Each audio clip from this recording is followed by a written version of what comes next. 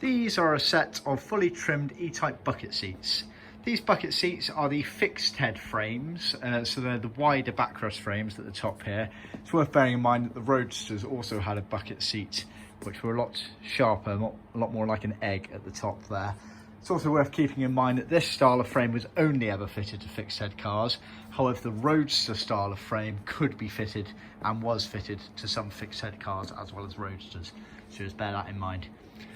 These seats have been made from scratch, basically, everything in-house. So we have supplied brand new seat frames, tacking strips, foams, diaphragms, the whole lot, the bracket that goes in between the cushion area, then the covers themselves, and we fully trim them. They're going over to a customer over in Australia.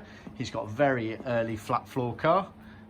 It's one of the very first right-hand drive cars off the production line, I believe. Lucky him. And we have done it in grey OEM spec, so mostly leather. We've used the smooth style leather, as you can see there. We can also offer grain depending on the colour, and it's OEM spec, so it's basically majority leather with elements in moquette, i.e. this backrest area here. Moquette being a very thin carpet-like material, high quality wool content. Jaguar often used it for areas of the backs, etc., and wheel arches, places like that. And then the cushion surround here is always in a vinyl or leather cloth material there. So that is the way those seats are constructed. Yeah, and very nice job, as you can see. They're a bit of a pain to trim these. The cushions aren't too bad, the backrests are. Getting a nice neat finish around here can be tricky. It's also worth noting as well, subject to much debate, whether a bit of piping goes around there. As part of our seat kit, we do offer a piece of piping for that section. Up to you whether you trim it or not to the seat.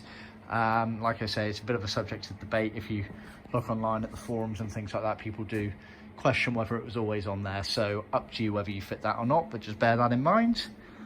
And you can see the underside here, so obviously you got the base pans there, you got rubber diaphragms, you can just about make out the tackings elements there, and also on the very bottom here, so you tack it round all the way around here.